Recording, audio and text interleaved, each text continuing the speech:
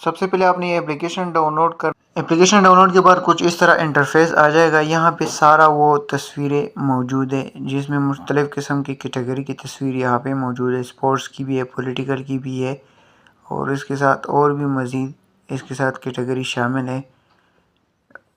ये आप चेक कर सकते हो। मुख्तलिफ़ किस्म की कैटेगरी प्रोडक्ट की भी है, न्यू ट्रेंडिंग की भी है और इसके साथ टॉप ट्रेंडिंग भी है और नए जो आने वाली भी है या आ चुके हैं वो भी यहाँ पे मौजूद है। न्यू जो है ये देखो, मुख्तलिफ़ किस्म प्रॉम्प्ट और तस्वीर के सारे प्रॉम्प्ट यहाँ पे मौजूद है।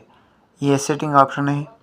और सबसे लास्ट में आपने तस्वीर बनाना किस तरह है। सबसे पहले जो तस्वीर बनाना चाहते हो उसको पसंद करो, उस पर क्लिक करो। यहाँ पे आपने ये प्रॉम्प्ट जो है इसको आपने कॉपी करना है। कॉपी करने के बाद थोड़ा सा स्क्रॉल जाना है। स्क्रॉल आने के बाद ये तस्वीर डिज़ाइन है, नीचे आके यहाँ पे लिखना है जो पहला ऑप्शन है ट्राई ऑन जिमनी पर क्लिक करें, तस्वीर बना लो।